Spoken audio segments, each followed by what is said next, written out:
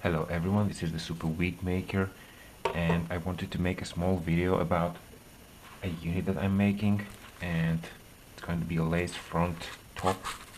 This back area is going to have wefts. This is the front area. I mean, it's a huge area and it's all full single strand, single knot, but I have a small problem with the hair, and when you see the video for this unit you will understand because I'm going to explain.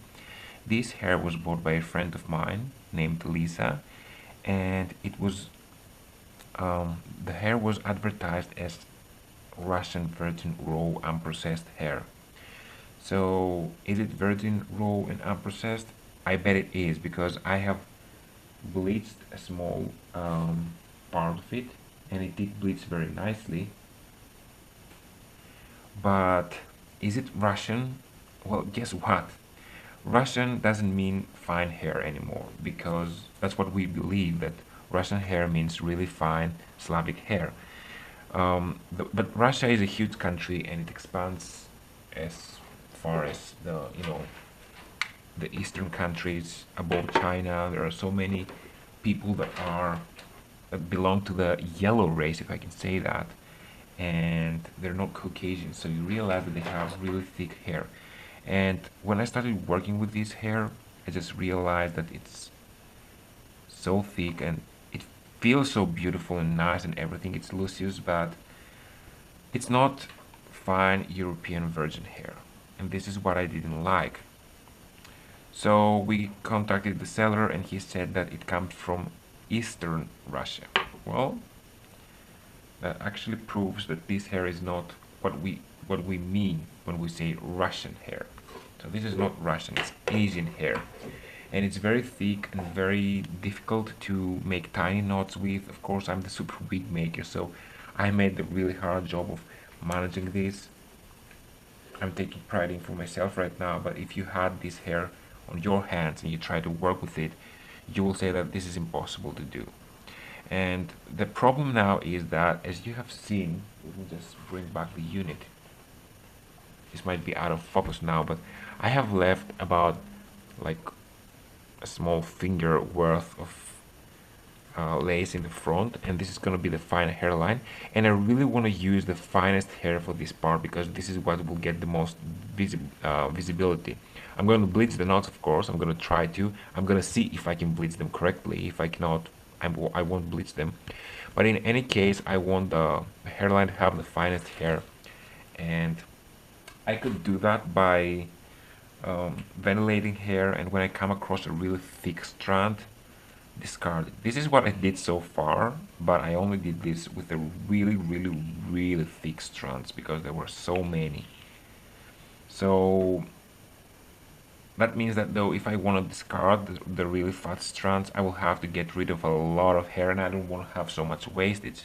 So what I'm gonna do is that I'm gonna pick the thinnest strands from these bundles that I'm gonna be putting here.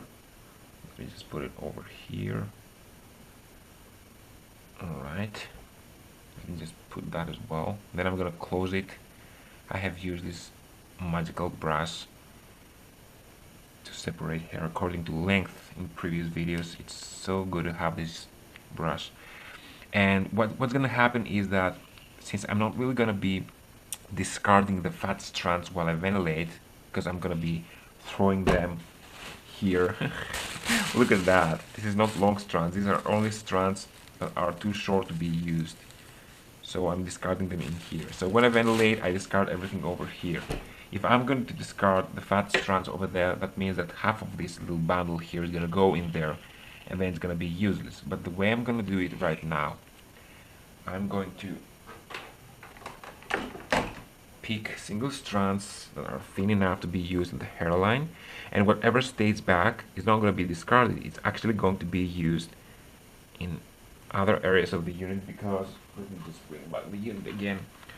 I do plan to add a little bit of hair over here and here, and also I'm going to put a little bit of hair around the end of the unit in the back so as to have a little bit more coverage of the wefts, which was not initially intended, but I just decided to do so. So what I did is I interlocked, oops, I interlock the hair inside this brush, and now I'm gonna take my tape. Actually, I should have first. I'm gonna take this tape, scissors,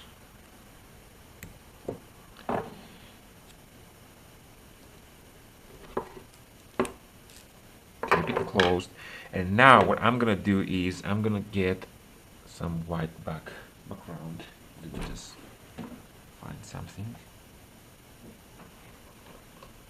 like a really wide sheet of paper. Oh wait, I have some more. Doesn't have to be too big. Just need a small, come on, just need a small white area to work with. I'm gonna put the hair up here, and what I'm gonna do right now is that I'm going to pick thin strands that are thin enough to be used in what I want it to be used. Actually, I'm gonna do it like that because it's easier.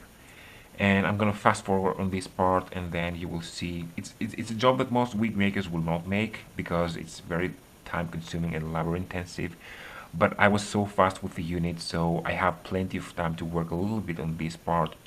And you know, I'm a super wig maker, so I take my job very seriously, and I want this to be super okay and super nice. So I'm gonna go ahead and pick some strands out and see how it works and how it is, and then the rest of the hair are going to remain back to be used for the back of the unit.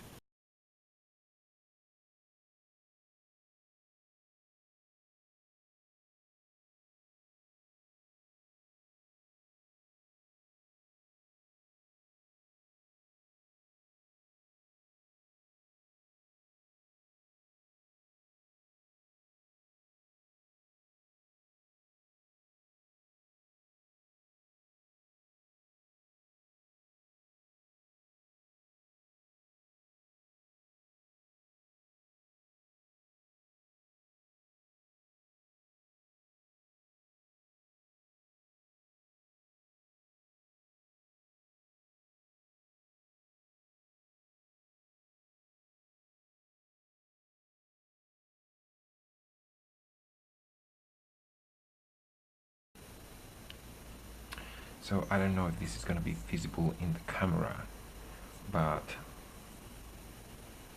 this is so much thinner strands. Look at how thin they are, and this has really thick strands. What's left behind? It's not very visible, but I can feel it when I touch it. So much thinner and finer than this. So this is not enough to make the whole hairline, so I will have to proceed to make more. And when I make more, I will be able to just ventilate it and be done with the unit.